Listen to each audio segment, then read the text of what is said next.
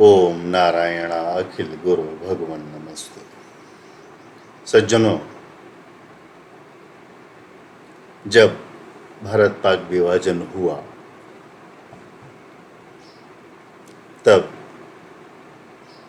जम्मू कश्मीर का कुल क्षेत्रफल था 2,22,236 वर्ग किलोमीटर, जिसमें से चीन और पाकिस्तान ने मिलकर लगभग आधे जम्मू कश्मीर पर अनाधिकृत कब्जा किया हुआ है और भारत के पास अब केवल 1,02,387 वर्ग किलोमीटर कश्मीर की भूमि शेष है। राज्य के जो भाग आज हमारे पास नहीं हैं, उनमें से गिलगिट, बाल्टिस्तान, बजारत, चिल्लास, हाजीपीर आदि हिस्से पर पाकिस्तान का सीधा शासन है और मुजफ्फराबाद, मीरपुर, कोटली, छंब, बिम्भर आदि क्षेत्र कहने के लिए तो स्वायत्त शासन में है, परंतु ये भी अपरोक्ष रूप से पाकिस्तान के ही नियंत्रण में।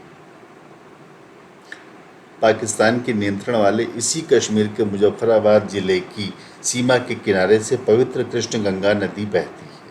कृष्ण गंगा नदी वही नदी है जिसमें समुद्र मंथन के पश्चात शेष बचे अमृत को असुरों से छिपाकर रखा गया था और उसी के बाद ब्रह्मा जी ने उसके किनारे माँ शारदा का मंदिर बनाकर उन्हें वहाँ स्थापित कर दिया था। उसके बाद से भगवती शारदा को उसके सुरक्षा का दायित्व दे दिया और फलस्वरूप भगवती शारदा स्वयं शिला में परिवर्तित होकर के उस अमृत कुंड के ऊपर उसको ढक लिया।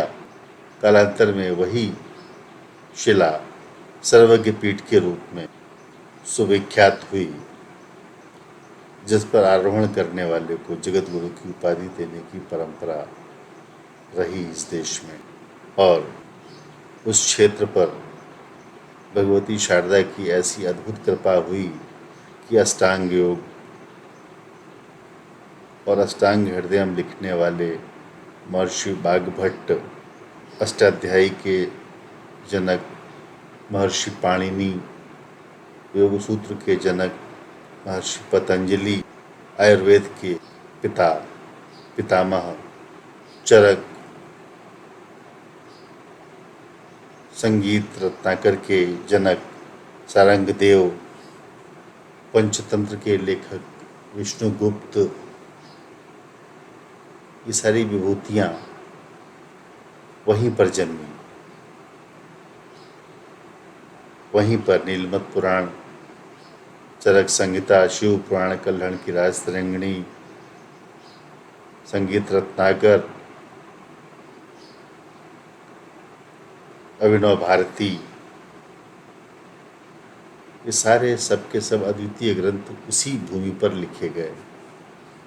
उस कश्मीर में जो राम कथा लिखी गई उसमें मक्केश्वर महादेव का वर्णन सर्वप्रथम स्पष्ट रूप से आया। शैव दार्शनिकों की लंबी परंपरा कश्मीर से ही आरंभ हुई।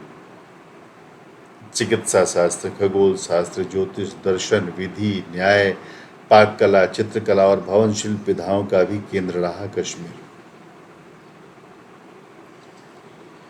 क्योंकि उस पर माँ शारदा का साक्षात आशीर्वाद था।